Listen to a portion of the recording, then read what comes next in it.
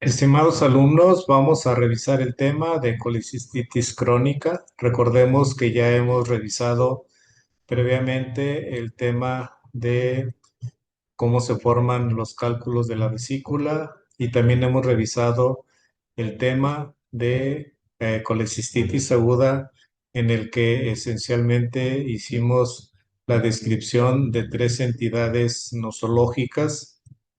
Ahora vamos a revisar colecistitis crónica y lo vamos a definir, que es el resultado de remisiones y exacerbaciones, o sea, de procesos inflamatorios que ocasionan trauma repetitivo a la mucosa por la presencia de los cálculos dentro de la vesícula, de tal forma que cuando viene la biología de la reparación, causan fibrosis y cicatrización en los sitios donde hubo inflamación.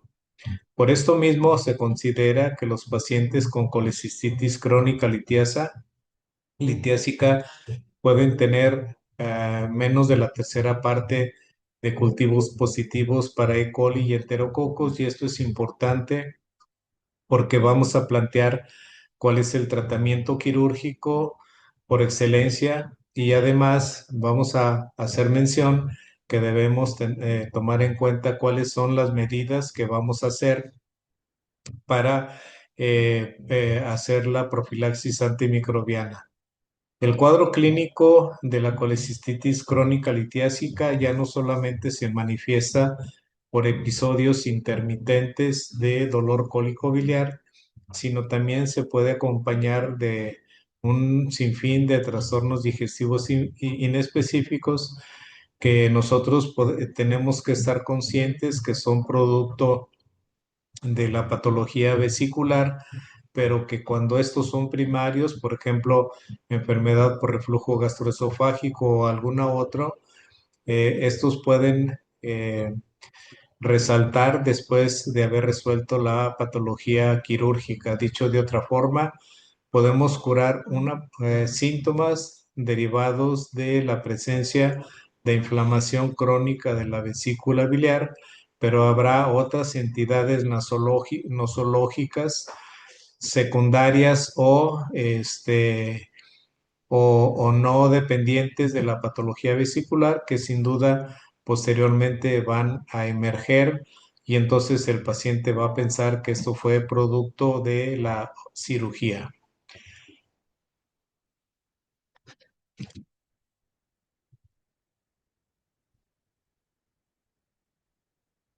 Bien, cuando se evalúa a un paciente con colecistitis crónica litiásica, debemos evaluar no solamente la posibilidad de quitar de alguna forma la vesícula biliar con los cálculos que vienen ahí adentro. Ya dijimos que en realidad estamos tratando dos entidades patológicas, la vesícula enferma y además la presencia de los cálculos. Por lo demás, tenemos que evaluar cuál es el riesgo de coledocolitiasis y la presencia de fístulas biliares que durante el proceso crónico de inflamaciones repetitivas de la vesícula se pudieron haber instalado, como son la fístula colecisto-duodenal, esto es una apertura entre dos superficies epitelizadas que comprende a la vesícula y el duodeno, o colecisto colónica, la comunicación entre la vesícula y el colon,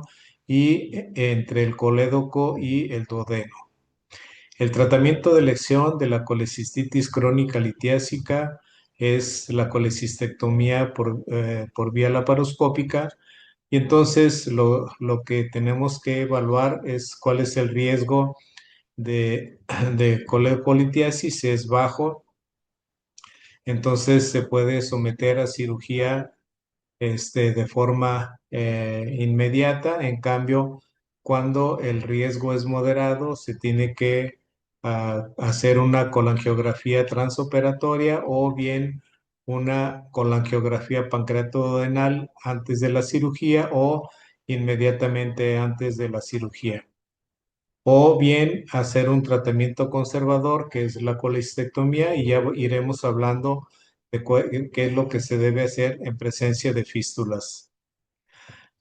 Por otro lado, tenemos que considerar también que puede haber cuadros de colecistitis crónica donde nosotros no demostremos la presencia de cálculos, y esto se llama colecistitis crónica litiásica, que puede ser hasta en el hasta en el 13% de los pacientes clínicamente con dolor vesicular. ¿Y cuál es la patogenia?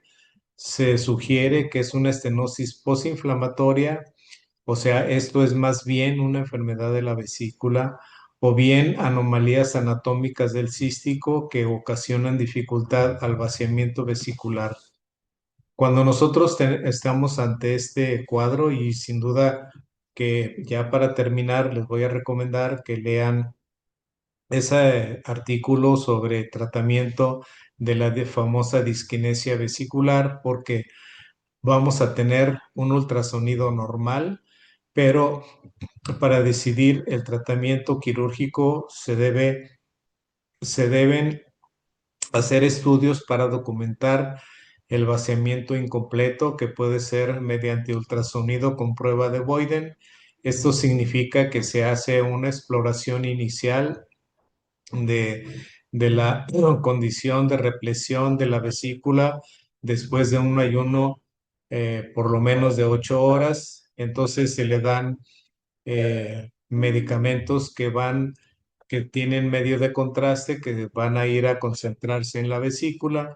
Se le indica al paciente que ingiera una cantidad de alimentos con alta cantidad de grasa, y entonces se vuelve a hacer la exploración ultrasonográfica. La colecistografía oral con prueba de Boyden, es un estudio que en la actualidad ya no se practica, y por otro lado, pues se puede usar la gamografía de la vesícula biliar, que es un método de medicina nuclear. Y es recomendable, sin embargo, es una cuestión discutida si se debe tratar quirúrgicamente a los pacientes que tienen disquinesia vesicular, si se documenta vaciamiento alterado, porque no siempre los resultados son los mejores. Este es el artículo que les mencionaba, que habla, es una revisión de la disquinesia vesicular, y habla de las controversias y el diagnóstico y el manejo, que es una recomendación para ustedes que la revisen. Por otro lado, tenemos que recordar que habitualmente en condiciones de una disciplina profesional muy estricta, eh, las piezas quirúrgicas se deben enviar a estudio histopatológico, no porque se ande buscando alguna patología maligna, sino porque, por un lado, es un elemento que puede juzgar cuál es la seguridad y cuál es el éxito de nuestros métodos diagnósticos como profesionistas.